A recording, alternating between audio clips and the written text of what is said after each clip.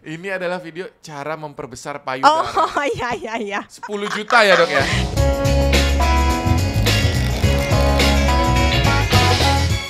Oke guys, hari ini podcast kita spesial bersama dengan Dr. Z.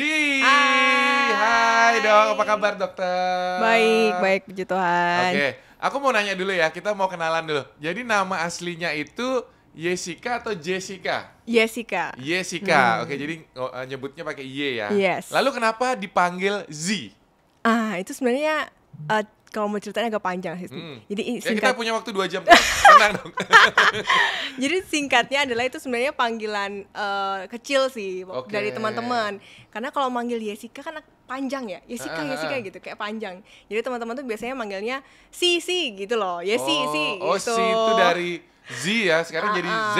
Iya. Jadi Z itu dari C-nya Jessica itu. Benar. Oke, aku soalnya bingung kenapa jadi Z ya, padahal di Jessica-nya nggak ada Z-nya. Iya, terus kalau dari Chinese tuh kan ada marga kan. Mm-mm. Nah, marga papaku tuh si juga. Oh, marganya juga C. Ya.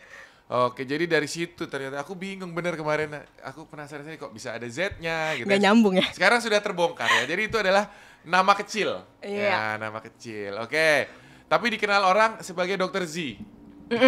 Betul. Kalau masyarakat netizen kenalnya ini nggak? Dr. Jessica tahu nggak? Tahu sih harusnya ya. Karena ya? di kayak sosial media aku ada pakainya nama lengkap juga sih. Oke, tapi tak selalu semua nickname-nya Dr. Z ya. Iya, betul. Sekarang dokter ini terkenal di sosmed. TikTok, IG, Iya. YouTube main tapi jarang sih sebenarnya. YouTube upload. jarang. Yang rutin di mana, Dok? Rutinnya di TikTok sama Instagram. Nah, di TikTok dan di IG yang lebih dulu naik yang mana?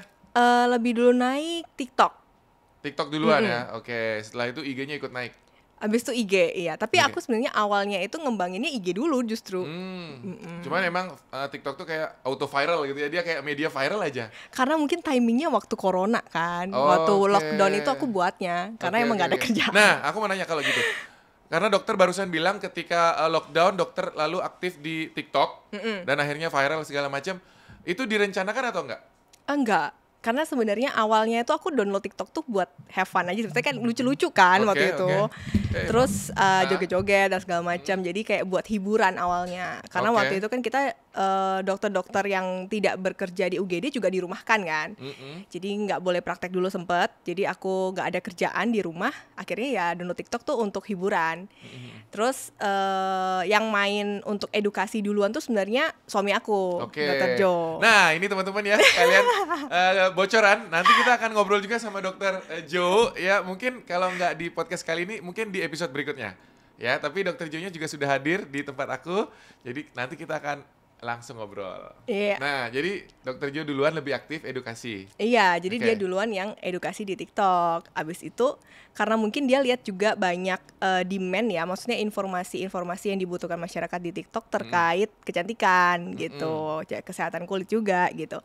Jadi dia info aku, coba deh kamu bikin video edukasinya jangan di Instagram aja, kamu masuk TikTok. Oh, gitu. sebelumnya sudah ada tapi di IG ya? Udah, aku udah main edukasi di Instagram itu udah setahun lebih dulu dari TikTok. Pada waktu itu mungkin banyak nggak dokter-dokter lain yang bikin konten juga di TikTok?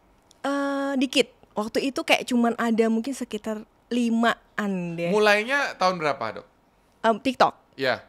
Pas 2020 benar-benar. Oh, benar-benar baru setahunan ya. Aku buat itu Mei 2020. Mei 2000. Kalau yang IG udah lama dong. IG itu udah dari tahun 2018-19 sih. Itu berkonten ya, bukan Oh, yang enggak. have fun.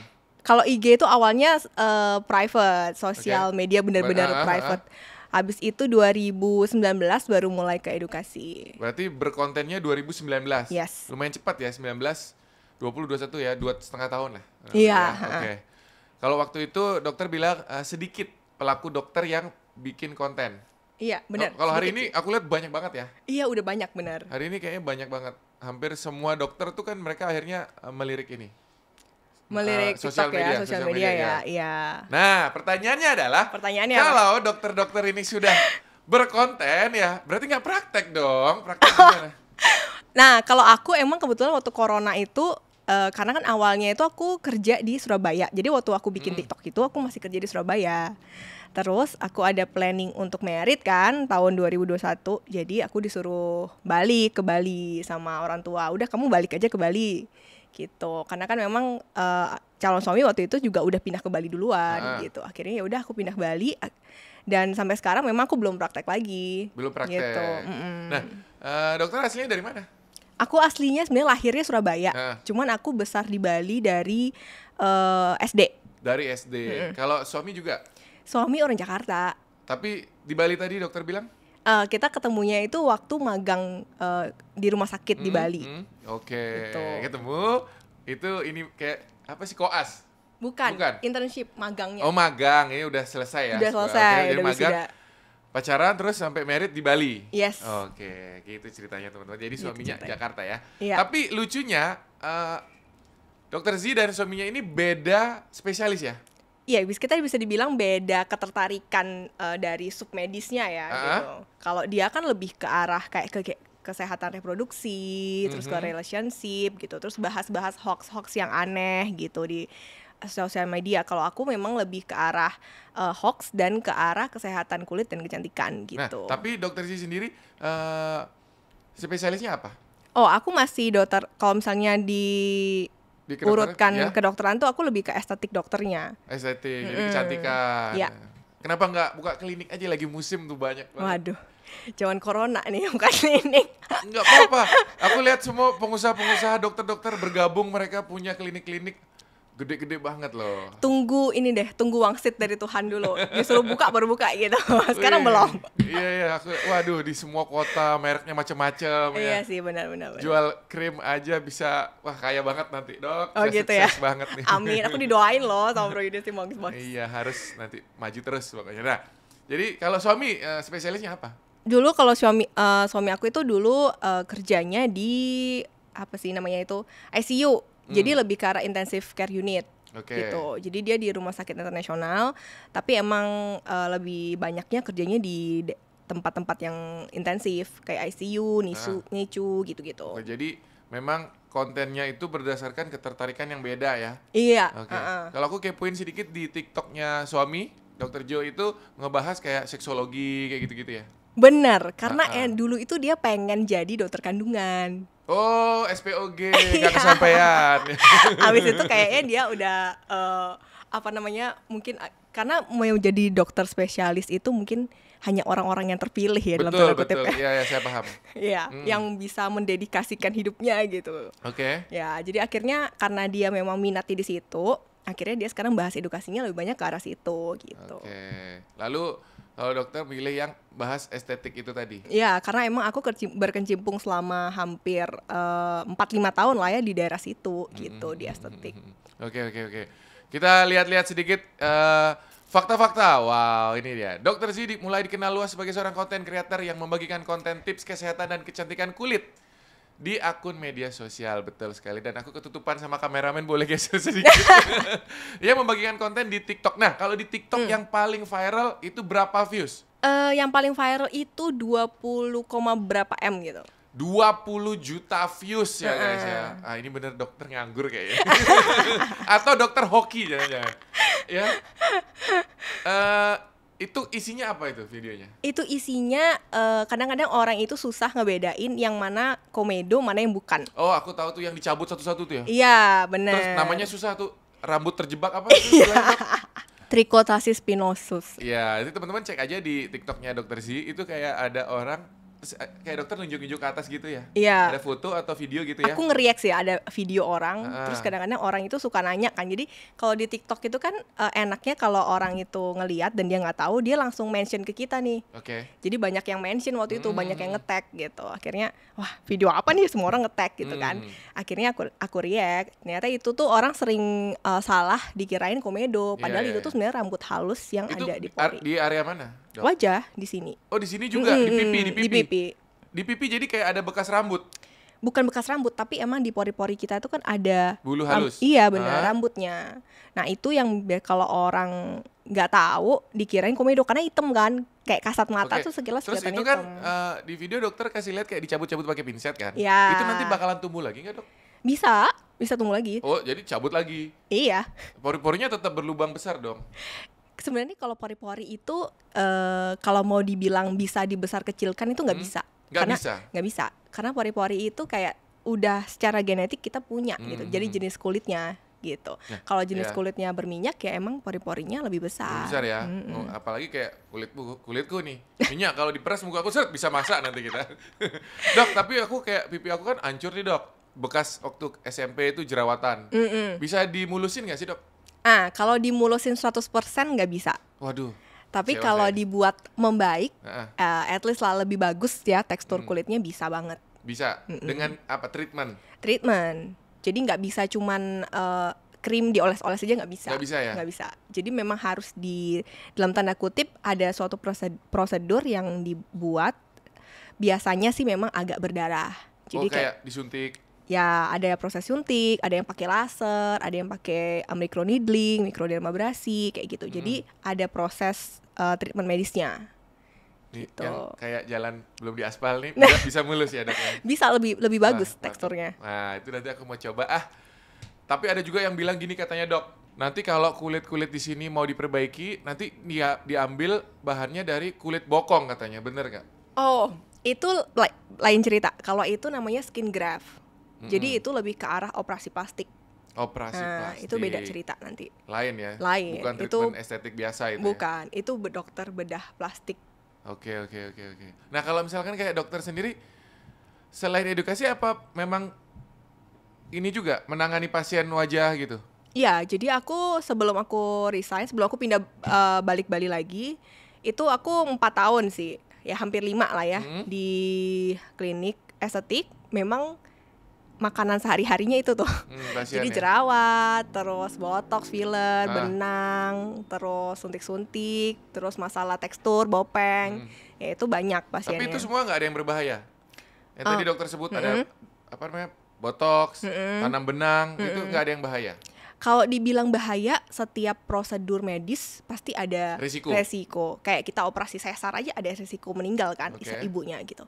Jadi setiap tindakan medis pasti ada resikonya. Cuman kalau misalnya ditangani dengan benar, prosedurnya benar, cara mengerjakannya juga bagus, resikonya minim gitu.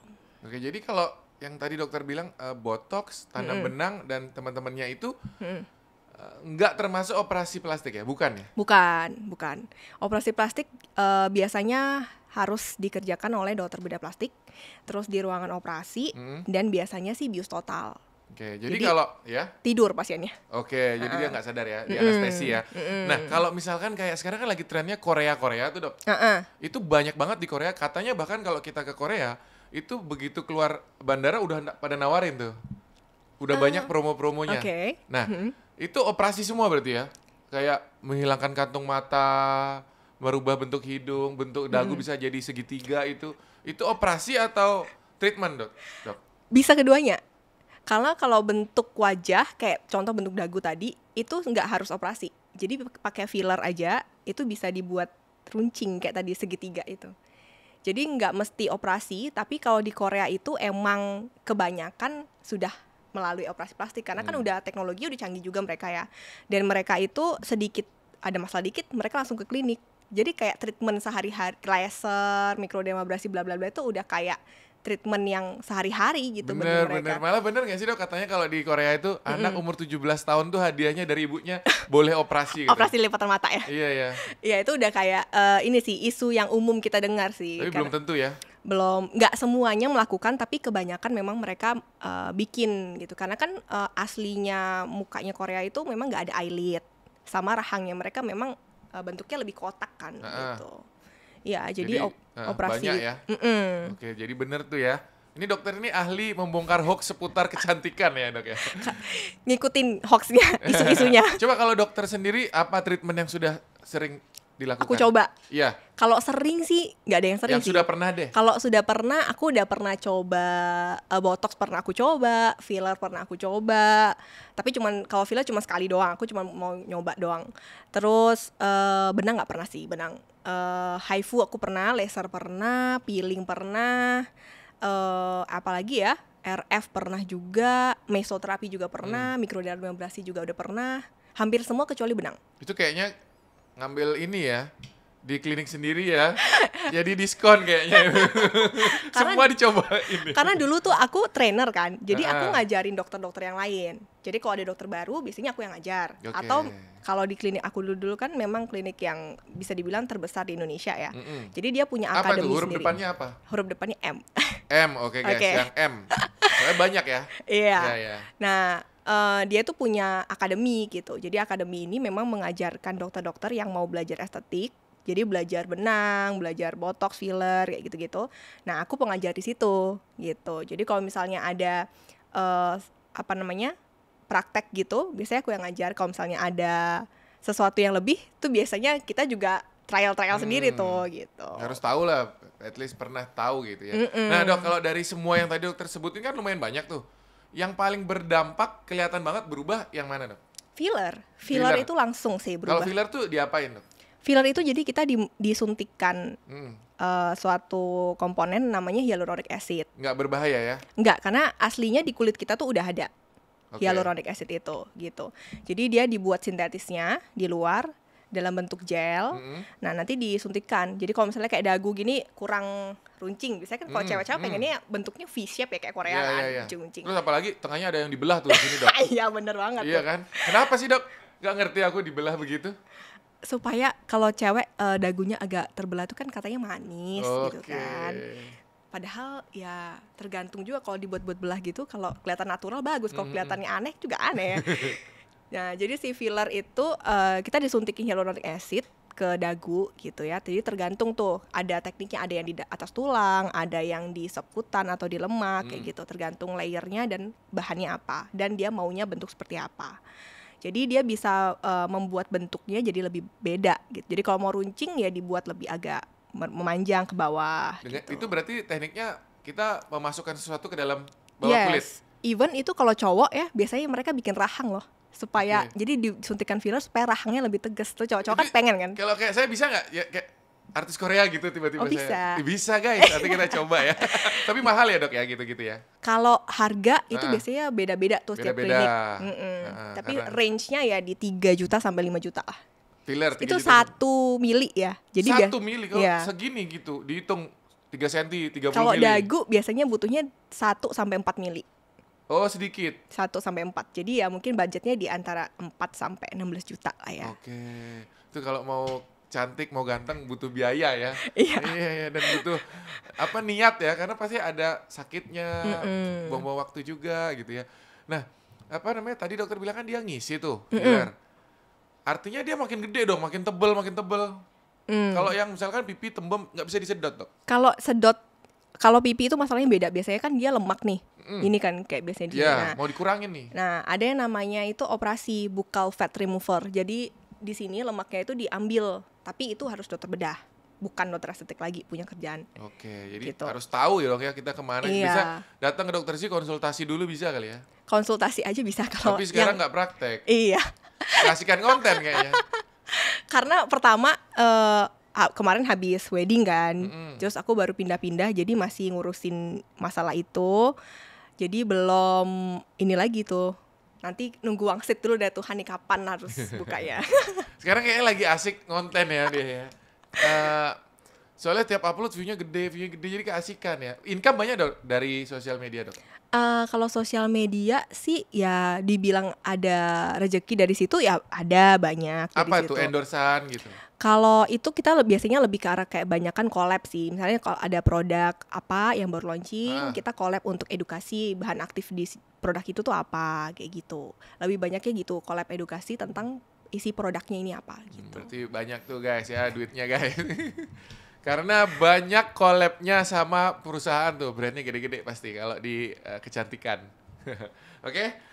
Lanjut lagi ya, coba saya baca lagi tuh ya. Nah itu ada pertanyaan simpel tuh dok, penting nggak sih pakai sunscreen? Penting banget. Itu sunblock ya, sama Iya. nggak sih dok? Sebenarnya sih kalau dulu tuh dibedain sunscreen dan sunblock. Tapi Beda. kalau sekarang itu semuanya ngomongnya sunscreen, karena sunblock itu sebenarnya adalah physical sunscreen. Jadi sunscreen tuh ada yang physical, ada yang chemical. Yang physical itu dulu dibilangnya sunblock gitu. Oke, jadi Dulu kita, ya berarti saya tua dok ketahuan ya. Dulu kita bilangnya sunblock, sekarang istilah modern semua bilangnya sunscreen ya. Iya, Sampai salah. benar. Ini info nih, ini saya baru tahu nih, bagus. Jadi sunscreen penting ya? Penting banget. Penting. Seberapa dok? Biasanya kalau aku kebetulan nih contoh tadi pagi saya ke air terjun, Ya. panas. Saya keluarin tuh tebel banget. Seberapa harusnya pakainya dok? Nah, ini tergantung makainya di area mana. Kalau Beda-beda. misalnya, iya. Jadi sebenarnya idealnya itu adalah 20 mg per sentimeter Kan nggak mungkin persegi, kita ya kan? ngukur dok. Nah, nggak mungkin ngukur, bener. Iya. Jadi biasanya kita pakai contekannya sendok teh. Sendok teh. Ya, jadi kalau mau sesuai ya diukur. Tuh. Tapi kalau misalnya aduh ribet ya dok, Iya. tiap keluar kita ngukur, biasanya pakai sendok teh.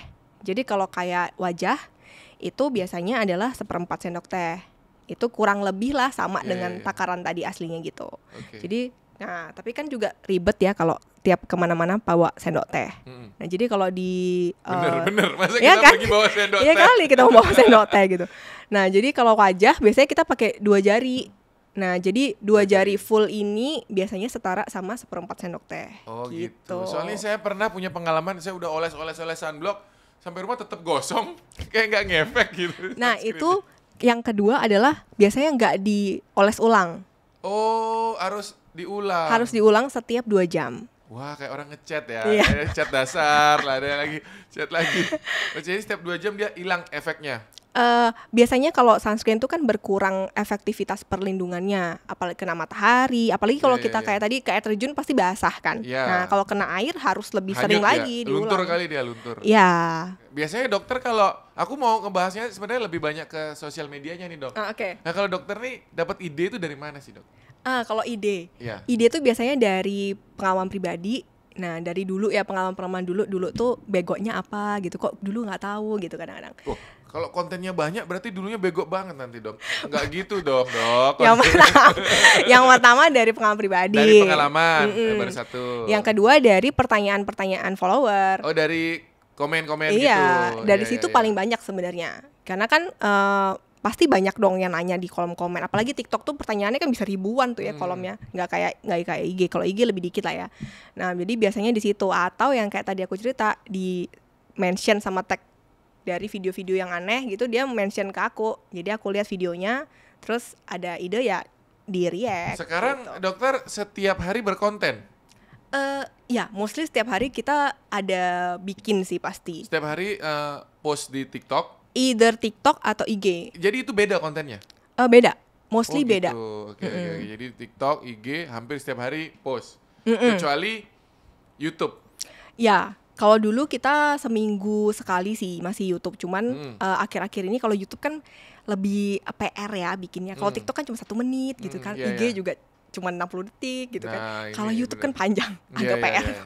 Ya ini salah satu ya, that's why kenapa TikTok tuh merajalela sekarang ya. Iya, karena lebih singkat. Bener, semua orang bisa bikin konten ya. Nggak butuh editor, nggak butuh Iya. SLR, nggak butuh Bener. studio. Jadi kayak lebih gampang ya. Makanya TikTok maju pesat. Nah sekarang followernya dokter 1,6 M. TikTok ya. Ya di TikTok. Kalau di IG? Di IG, waduh aku lupa, 340 berapa gitu. Oke, di TikTok 1,6 M, di IG 300 ribuan ya. 300 ribu something. Dan di TikTok udah verified juga. Iya. Itu dalam waktu 1,5 tahun tadi ya di TikTok ya. Hampir 2. Kalau di TikTok itu kayaknya verified-nya 1 tahun kurang deh. Enggak, ininya 1,6 Oh, jutanya. 1,6-nya dari bulan awal aku buat itu Mei 2020. Iya kan, setahun dong ya. Iya, setahun lebih lah ya. Setahun lebih dikit. Cepet banget ya teman-teman, 1,6. Berarti itu banyak banget masyarakat yang pingin tahu sama info-info seputaran wajah, kulit gitu ya. Iya, karena mungkin demand-nya juga banyak ya. Kan banyak apa istilahnya info-info di sosial media itu yang kurang lengkap lah atau Iya, kurang jelas gitu. Terus dokter ini pinter juga, aku lihat kalau ada konten dipadukan gitu. Kadang lagunya lagu modern yang lagi tren di TikTok gitu dok ya. Iya, supaya gaul dikit. Kalau dokter kan Iya. biasanya image-nya tuh dokter itu kaku, terus terlalu old fashion kan, atau jadul gitu. Iya, iya, iya. Nah, kita harus buat image-nya yang baru, yang dokter itu bukan jayus sih. istilahnya kayak nggak tegang gitu loh, ngasih Bener, edukasi bener. itu nggak tegang. Bener, nggak cuma dokter, sekarang pejabat-pejabat juga kayak gitu. Oh ya bagus. Iya, pejabat pada main sosmed, gaya ngomongnya lebih santai, Iya, beda. Iya, gitu. memang harus kayak gitu. Kalau nggak keterima sama generasi Z. Benar. Aja aku lihat kontennya dokternya, lagunya tetap lagu trending, jogetnya tetap sama, iya kan? Cuman ada teks-teksnya gitu Iya. biasanya. Ada satu lagi TikToknya Dokter Z ini yang view-nya gede banget, hampir 10M lebih ya dok. Apa itu ya? Saya lupa ya. Saya ingatkan dok. Wah, ini adalah video cara memperbesar payudara. Oh iya. 10 juta ya dok ya? Iya itu iya mungkin ya 10 jutaan ya. 10 juta views. Cara Iya. memperbesar payudara ini masyarakat emang suka yang gitu-gitu dok. Jatuh. Masyarakat Indonesia. Bener ya?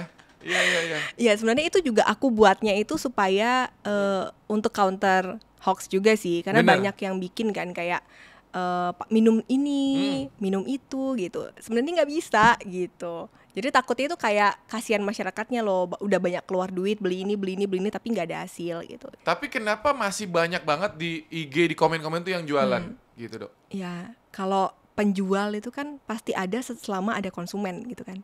Berarti Nah, masih banyak banget yang belum tahu ya dok? Iya, that's why kita di situ untuk ngasih informasi yang benar terhadap konsumen-konsumen ini gitu sebenarnya. 10 juta loh ya. Luar biasa itu karena judulnya kali itu ya, pas ada teksnya gitu, cara memperbesar payudara. Ternyata saya tonton, hoax semua, Iya. bohong semua, dan nggak ada bagian memperbesarnya ini. Enggak, karena kalau mau bikin payudara lebih besar ya salah satu istilahnya yang paling signifikan perubahannya ya operasi plastik udah. Benar-benar. Tapi berisiko juga sih. Iya, ya pasti ada, setiap tindakan pasti ada Iya. risikonya sih. Jadi menurut dokter payudara nggak bisa dibesarkan ya? Kalau wanita pada waktu dia hamil lebih besar pasti. Hanya pada Ya saat kan? hamil, Ah. pada saat menggemuk. Iya, menggemuk pun nggak bisa yang seperti kita operasi plastik ya. Menggemuk pun Iya. benar-benar yang memang karena fatnya aja Iya. nambah kan gitu. Karena kan payudara itu isinya mostly fat gitu di samping otot.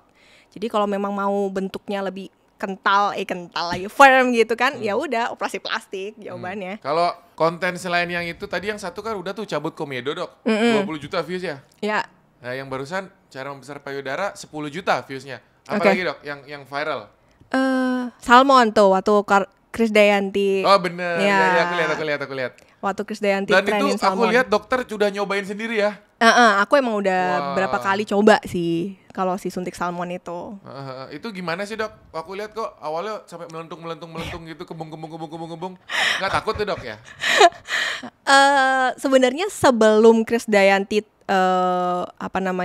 kasih testimonial di sosmed itu, suntik salmon ini udah ada duluan di Indonesia, udah ada dari tahun 2018-19 itu mulai boomnya. Jadi aku udah nyoba itu dari tahun sebenarnya sebelum Krisdayanti kasih info di sosmed. Sebelum Krisdayanti dokter udah coba duluan? Aku udah coba. Oke, terus? Terus ternyata ya memang ada benefit atau hasil yang aku lihat Itu ya. fungsinya untuk apa itu dok?